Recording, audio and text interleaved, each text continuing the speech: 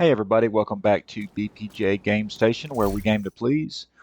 Today we're going to be doing, not the whole thing, I just want to kind of show off this build that I've been using for Federal Emergency Bunker. I'm just going to show a quick part, then I'm going to jump right into the build. But we got it on Heroic, and before we start, please hit that like and subscribe button. Guys, I'm trying to, get viewership up, and, it's been going very well so far, but these Find out what videos do happens to take the a lot team of that time went to to try to make repair the as main far as shade grinding node. and everything. The So federal shelter should be please beneath your show your current support and hit that position. like and Find a subscribe way button. down So there, but proceed with let's go caution. ahead and get right into it. This is an awesome build that I've been working on or playing with, and it is just changes a few pieces from my previous build. But basically, it's using the set that tags these different enemies, and so if you shoot one, it's taking like 60% off of the other ones that you tagged. So, uh, and as you can see, I mean, I'm taking off reasonably high damage. So there is a chest piece that I wouldn't suggest using just because, I mean, it's going to be hard to tag like 5 people. That's basically what it does, and I don't see any reason to do that. But I just pretty much most of the time I can only tag about 3 people, so this works best for me. But adapt it to your playstyle and how you want to do that. But as you can see, this is just it's chewing them up. I got just damage stacked on damage. And I'll go ahead and go through the second part just because it seems to be the hardest part. But I didn't even pull out my turret, which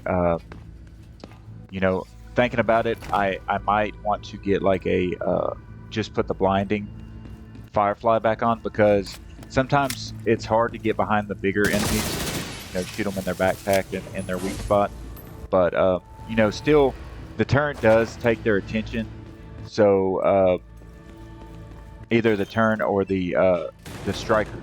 So you can use either one of those and just adapt it how you want to. But basically, when you're playing, you're just going to be like you're going to go in, and obviously your striker shield adds damage.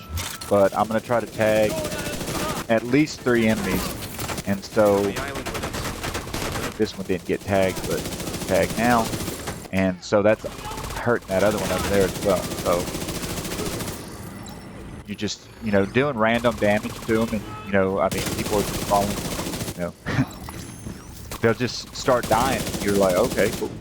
And it also kind of acts like a status effect, because if you tag them, they're taking damage and they're kind of get stunned a little bit. So you got all these different ways to kind of make things work for us in this build.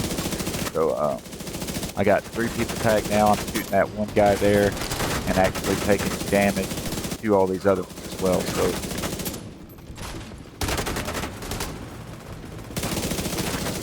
and that can be good for if people are like, some of them are high in cover and stuff like that. You can still give damage to them without even having to shoot them directly. So as you can see, that guy that I tagged, that suicide bomber, I guess, he and I hate when it does that, but you gotta be careful with that, because basically I tried to hide behind cover and it hit the wrong one. But so now we're back up.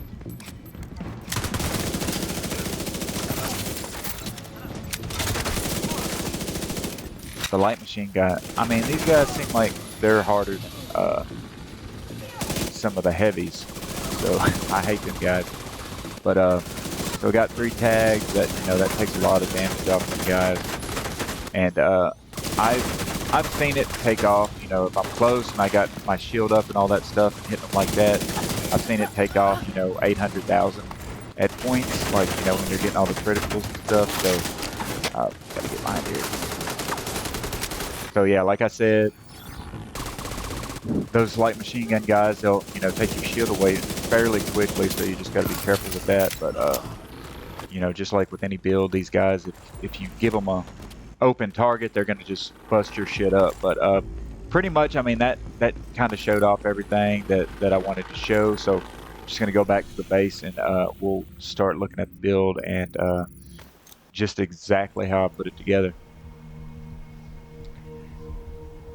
But this is pretty much it's a critical hit slash, like I said, it spreads. If you tag the enemies, it spreads damage in between like 3 of them at a time. So basically, start with a specialization. I am using firewall, and previously, like I said, don't put on extracellular matrix because it's just a trash attribute that doesn't really help you. And then I'm using the 3 shield mods. That's basically what helps you survive when you're taking damage on shields. And Inventory. then let's jump right into it. At this point, I'm SHD 590, so still grinding on that. Um, let's see. I am using the same submachine gun as I was in the previous video. It's a converted SMG 9. I would say that if you got any SMG that's not an exotic, and as long as you got your core attributes, as far as like I do, filled out, basically why I'm using a SMG is because you get that extra 21% critical hit chance. And, that goes into the basis of our stats. So that's why I'm using an SMG. And then, of course, I got damage to target out of cover. This was rolled exactly like this when I picked it up from an enemy. So, that works awesome for these critical hit builds. And then when I started, playing this game and stuff, I was just really pissed off. I got go to these discords and I mean everybody's like friendly enough, but they're like, well, you got to have 150% critical hit damage. You got to have at least 50% critical hit chance. And I'm like, well, shit. So basically, I got to be min maxed, which takes a lot of optimization and all that crap, So I really didn't know how to do it, but this build kind of shows you, what you're going to need to do that. So that's what I kind of puts this together for. So just looking at the attributes, I got all of my blueprints, and like I said, I'll put a link in the description. But I made a video that shows the fastest control point to do that, and you do it on challenged. So it's just real fast, and you can use either one of my build videos to put that together. Or you can still use the Heartbreaker build too. So, but I got critical hit damage on both slots. Well, I meant to. So, yeah, I don't. Yeah, you can't put critical hit damage on that. So I got it on the. Let's see. For the Russian red dot slot site, I got plus 5% critical hit damage, and then 5% critical hit damage on the barrel. Laser pointer, this gives 5% critical hit chance. And then the extended 9mm mags plus 20 rounds. And then, let's see, I picked up this in my previous video. I'm sure a lot of y'all saw that, but I got the Diamondback. And this is obviously not optimized or anything, but this is a pretty decent rifle because you can switch to this if you got like, one of those big enemies that rush you and try to hit you with the jackhammer or whatever. This takes off about 2 million with each hit on this build. So basically, you can use the shield and use this as a marksman rifle. Is basically the way that I use it. So as far as that regard, you can, it works awesome. And then one of the talents is agonizing bite. Randomly marks an enemy, and then hitting that enemy consumes the mark, guaranteeing a critical hit with damage amplified by 20%. Uh, and after hitting a mark, all shots fired are guaranteed critical hits. So, that's awesome. It holds 5 bullets in the mag. So, if they was all critical hits, that would work perfectly. And then let's see, I wanted to mention also the talent on the submachine gun. I got killer, so killing an enemy with a critical hit grants plus 40% critical hit damage. So obviously everything's going into critical hit, and so that's how we use that. So the armor that we're going to be using is the Negotiator's Dilemma. 2 pieces comes with 15% critical hit chance. 3 pieces comes with 20% critical hit chance, and then 4 pieces critical hits mark up to 3 enemies for 20 seconds. When you critically hit a marked enemy, all other marked enemies take 60% of the damage dealt. Whenever a marked enemy dies, gain plus 2% critical hit damage, stacking up to 20 times or until combat ends. Um, and so, obviously, I optimized the weapon damage, put critical hit damage on here, and then, like I said, I got 3 of these gear pieces plus 12% critical hit damage. But if you don't have them quite that good, I'm sure you have like a 10% or a 11%. If you've been playing Division 2 for a while, so go ahead and slot that in. And then so Negotiator's Dilemma for the face mask, the gloves, the holster, and the knee pads. And then of course we're using a Memento backpack. It gives you extra armor, which is always nice to see them blue bars on your armor. So as long as you're picking up dog tags, you get that extra weapon damage, extra skill efficiency, and so that ties into this our chest piece. Which, man, I farmed the shit out of this for a long time. It was hard to get. That's why you can see the weapon damage is so low, because this is the only one that within like 2 days that I got to drop. So it's got, I optimized the critical hit damage. This was at like 9%. So yes, I, used up all my SHD calibrations and all that shit. So I'm going to be farming for quite some time to get my stash back up, to make more builds. But I got this. If you don't have this, you can have the Cheska piece, which this works awesome as well. This is what I had on my other ones, so that's an option. If you want to play it a little bit risky, you can go in there with the perfect glass cannon. I don't think I have one on there, but you can use the name item with the perfect glass cannon to get that extra 30% damage, or just adjust it however you want. But yeah, this has the plus 15% critical hit damage as the just the brand set ability, and then I optimized for the 12% critical hit damage, put 6% critical hit chance on there, and then plus 12% critical hit damage as a gear slot, and then of course the intimidate to while you have bonus armor, gain 1 stack each second up to a max of 7. Each stack increases weapon damage by 5%, so that gives you about 35% extra weapon damage.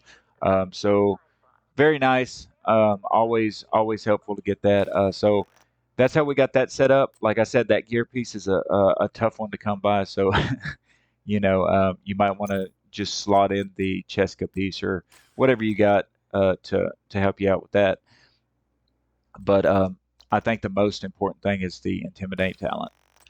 And so the gloves, we have plus 170,000 armor, and then plus 10.8% critical hit damage. Obviously, that could be optimized. I don't have enough pieces right now to do that, but that can get your critical hit damage up a little bit more. And then the Negotiator's Dilemma, the thigh rig, basically weapon damage, critical hit damage plus 12%. And then finally the knee pads, which has 170,000 armor on it and also critical hit damage. So I wanted to at least get 1.3 million armor, because that helps with your memento when you pick up the armor tags. So that helps, just gives you that extra armor and quicker than, if you had like 700,000 or something like that. So you at least want 3 pieces with the armor core on it. So, and then finally, I am using the shield. Nothing new there. From Firewall, we got that shock hardened frame, molecular covering, and then also I got a 4% extra bonus damage to enemies. So that is tier 4. So like I said, it's got that one skill from the Memento backpack, and then the 3 armor cores. So that gives it tier 4, so it gives it about 3.4 million armor. So that's a very good shield. Like I said, you can use a lot of different stuff here in the second slot. You could use your turret. You could use a reviver hive, whatever you need. And then let's see, Firefly. You could also use a blinding Firefly if you wanted to. So I got this on there. There's not the attachments to this really don't matter. It just 9.6% more health, and then plus 6 performance. So those really don't even work with this what I'm using it for as far as a striker drone. So those really don't even matter. And then finally, we're going to look at my watch. I have been filling in. I got most of my critical hit damage and I got all my critical hit damage finally up, my weapon damage all the way up, and then I am working on critical hit chance now. So you might be able to invest somewhere in your build more critical hit damage once that chance is up. But and then for the most part, the other stuff I really don't, think really matters all that much. But there's a picture of that if you want to look at it. And then finally, just to finish up the video. So basically, this build gives us, we got 95k weapon damage, and then we got 50.6% critical hit chance, and then 183.6% critical hit damage. So that's where all that's going to come from. Uh, Not too much else here to talk about. I'll show y'all just the brand sets, and there that is. But that pretty much does it, guys. I think this is a pretty badass build. I mean, you can change it up however you want to fit your playstyle and everything. But as long as somebody doesn't get like directly behind you and just or to the side of you and just shoots the shit out of you, you can really put out a lot of damage with this. So I really appreciate it, guys. Like I said, hit that subscribe button. I will, try to put out as many videos as I can, but limited time and everything. So, but like and subscribe, and I will see y'all in the next video. Again, this is BPJ Game Station, where we game to please. See y'all.